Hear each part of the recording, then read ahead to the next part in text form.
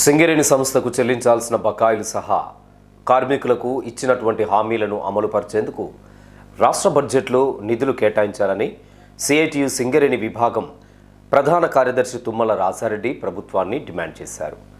కాగా గత ఎన్నికల సందర్భంగా ముఖ్యమంత్రి ఇచ్చినటువంటి హామీలను అమలు పరచకుండా నిర్లక్ష్యంగా వ్యవహరిస్తుండడం సరైంది కాదని ఖండించారు. సింగరేణికి సంబంధించిన అంశాలపై త్వరలో జరగనున్న అసెంబ్లీ సమావేశాల్లో చర్చించి సరైన నిర్ణయం తీసుకోవాలని రాష్ట్ర ప్రభుత్వానికి సూచిస్తున్న తుమ్మల రాజారెడ్డితో మా correspondent Pudar Kumar face to face. Telangana రాష్ట్ర బడ్జెట్ సమావేశాలు త్వరలో ప్రారంభం కానున్న నేపథ్యంలో సింగరేణి కార్మిక సంఘమైన సిఐటియు పలు డిమాండ్లను రాష్ట్ర ప్రభుత్వం ముందు ఉంచే ప్రయత్నం చేస్తోంది. ఈ అంశంపై మనతో మాట్లాడేందుకు యూనియన్ ప్రధాన కార్యదర్శి తుమ్మల రాజారెడ్డి గారు సిద్ధంగా ఉన్నారు. ఎలాంటి డిమాండ్లను రాష్ట్ర ప్రభుత్వం దృష్టికి తీసుకెళ్లే ప్రయత్నం చేస్తున్నారు? తెలంగాణ రాష్ట్ర అసెంబ్లీ సమావేశాలు ఈ వారంలో జరగబోతున్నాయి. తెలంగాణ ముఖ్యమంత్రి రేవంత్ రెడ్డి గారు పలు సందర్భాలలో సింగరేణి కార్మికులకు చాలా హామీ ఇచ్చి ఉన్నాడు. హామీ నమ్మి సింగరేణి కార్మికులు అది రాష్ట్ర ప్రభుత్వంలో ముఖ్యమంత్రి కూర్చోవడానికి అనుకూలంగా అసెంబ్లీ ఎమ్మెల్యేలు గెలిపించిండ్రు, ఎంపీలను గెలిపించిండ్రు. ఈ మధ్యలో భూపాలపల్లిలో కూడా మళ్ళీ అవే డిమాండ్లని రిపీట్గా చేసి సింగరేణి కార్మికుల సమస్యలు నెరవేరుస్తా అని చెప్పి మళ్ళీ కూడా కార్పొరేషన్లో మున్సిపల్ అన్ని ఎన్నికలలో కూడా కాంగ్రెస్ని సింగరేణి కార్మికులు గెలిపించారు. కానీ సింగరేణి కార్మికుల నమ్మకాన్ని కాంగ్రెస్ ప్రభుత్వం వమ్ము చేస్తూ ఉంది. ప్రతి ఎన్నికలలో కూడా హామీలు నెరవేర్చకుండా కేవలం వాగ్దానం వరకే పరిమితం అవుతున్నారు. అందుకే మేము ముఖ్యమంత్రి గారికి రేపు జరగబోయే అసెంబ్లీ సమావేశాలలో సింగరేణి కార్మికుల పాత్రకు సమస్యలను ముఖ్య ఎజెండాగా తీసుకోవాలని చెప్పి కోరుతా ఉన్నాం. అందులో ప్రధానంగా సింగరేణికి రావాల్సిన 50,000 కోట్ల రూపాయలు మీ దగ్గర ఉండటం వల్ల సింగరేణి అభివృద్ధి కుంటుపడ్డది, కంపెనీ బ్లేమ్ అవుతుంది, కార్మిక సమస్యలు నెరవేర్చలేవు. వెంటనే 50,000 కోట్లు మొత్తం ఒకేసారి కాకపోయినా దఫాదఫాలుగా ఇవ్వడానికన్నా కొంత బడ్జెట్లో పెట్టాలని చెప్పి మేము కాంగ్రెస్ ప్రభుత్వాన్ని కోరుతూ ఉన్నాం.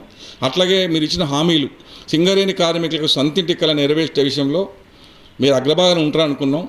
మీరు హామీ మీద గెలిపించడం కాబట్టి సింగరేణి కార్మికులకు సొంతిల్లు ఇవ్వడం వల్ల కంపెనీకి గవర్నమెంట్కి లాభం అని చెప్పినా కూడా దాన్ని మీరు చర్చకు స్వీకరిస్తలేరు.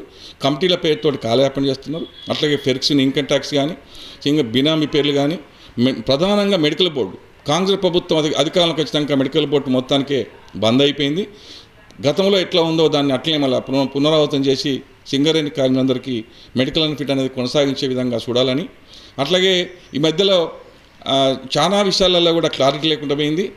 ఈ మన ఎఫిషియన్సీ కార్మికులందరికీ కూడా ట్రైనింగ్లు ఇచ్చేసి ఇలా జాబు ఇస్తామని చెప్పి అది కూడా పెండింగ్ పెట్టిండ్రు. స్కిల్ డెవలప్మెంట్ అనే పేరుతో స్కూల్ ఓపెన్ చేసిండ్రు, ఒకటేసారి ట్రైనింగ్లు ఇచ్చిండ్రు. ఆ ట్రైనింగ్లు ఇచ్చినది దాన్ని కొనసాగించకుండా దాని మీద వెంటనే దాన్ని బంద్ చేసి పెట్టి దానికి నత్తనడక నడుస్తుంది, దానికి కనీసం లేరు. అందుకని ఇట్లాంటి అన్నీ కూడా సింగరేణి కార్మికులు మీరు ఇచ్చిన వాగ్దానాలను నెరవేర్చాలని చెప్పి ఎదురు చూస్తున్న ఈ సందర్భంలో ఈ అసెంబ్లీ సమావేశంలో తీర్మానం చేయాలని చెప్పి మేము సింగరేణి కాల్సిన ఎంప్లాయీస్గా సిఐటిగా ముఖ్యమంత్రి గారికి విజ్ఞప్తి చేస్తూ ఉన్నాం. సింగరేణి సంస్థకు రావాల్సిన బకాయిలు సుదీర్ఘ కాలంలో పెండింగ్లో ఉంటున్న పరిస్థితి, ఇందుకు గల ప్రధాన కారణాలు ఏమిటని భావించవచ్చు? దీనికి నాంది వలికింది కేసీఆర్ ప్రభుత్వం. కేసీఆర్ గారు దాదాపు 29,000 కోట్ల రూపాయలు సింగరేణి నిధులన్నీ దారి మళ్ళిచ్చిండు, రాష్ట్ర ప్రభుత్వం వాడుకుంది.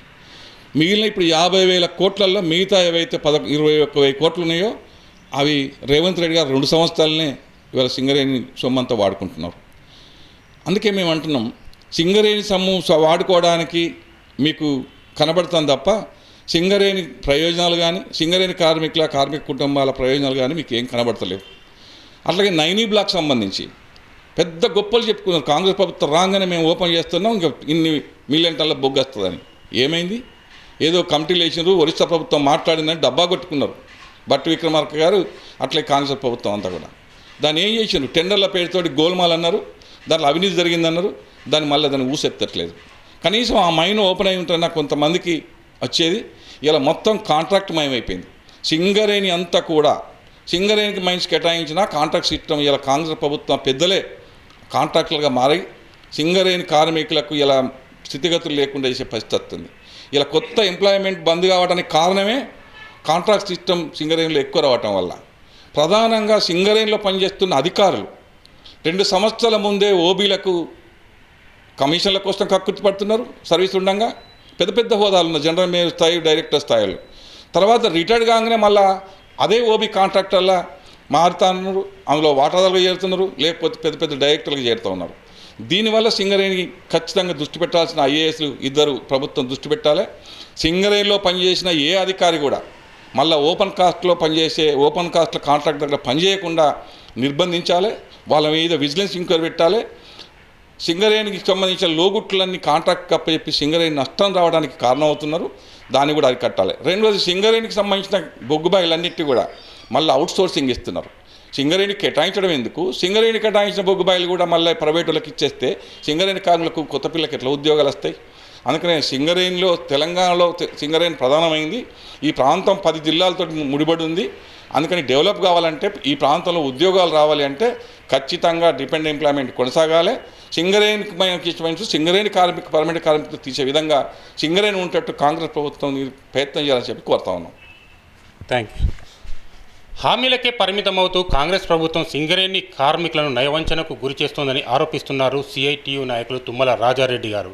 కార్మికులకు ఇచ్చిన హామీలను రాబోయే అసెంబ్లీ సమావేశాల ద్వారానైనా పరిష్కరించేలా చర్యలు చేపట్టాలని ఆయన డిమాండ్ చేస్తున్న పరిస్థితి. కెమెరా పర్సన్ శ్రీనివాస్తో కుమార్, సిటీ న్యూస్, గోదావరికని.